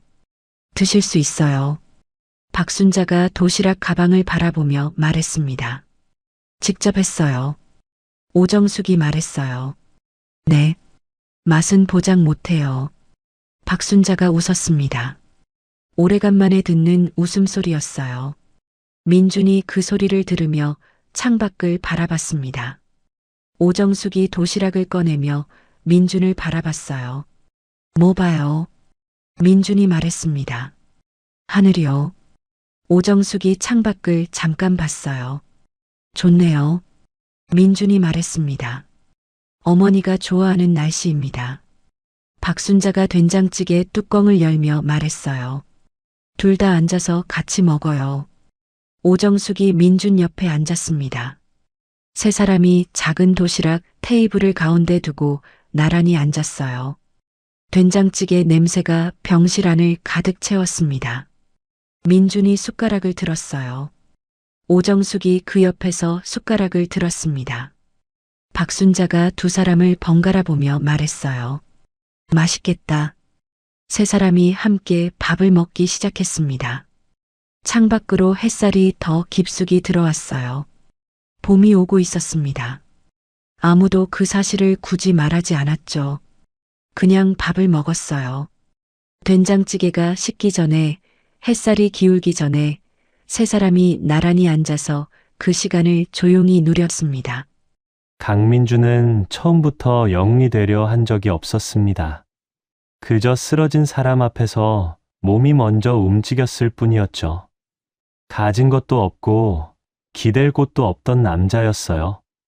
그런데 그 한 번의 선택이 두 사람의 인생을 통째로 바꿔놓았습니다. 오정숙은 평생 단단한 벽 뒤에 숨어 살았어요. 회장이라는 이름이 방패였고 냉정함이 무기였습니다. 그런데 아무것도 바라지 않는 눈을 가진 남자 앞에서 그 벽이 조용히 무너졌죠. 돈으로 살 수 없는 것이 있다는 걸 두 사람은 서로를 통해 처음으로 배웠어요. 그리고 그 배움은 어떤 폭풍이 와도 흔들리지 않는 뿌리가 됐습니다. 가장 소박한 것들이 가장 오래 남는 법이죠. 작은 병실에서 된장찌개 냄새를 맡으며 나란히 앉은 세 사람처럼요. 그것으로 충분했습니다. 이야기를 끝까지 들어주신 분이 계시다면 잘 들었다고 댓글 하나만 남겨주세요. 감사합니다. 선생님의 가정에 항상 행복이 가득하시고 건강하시길 바랍니다.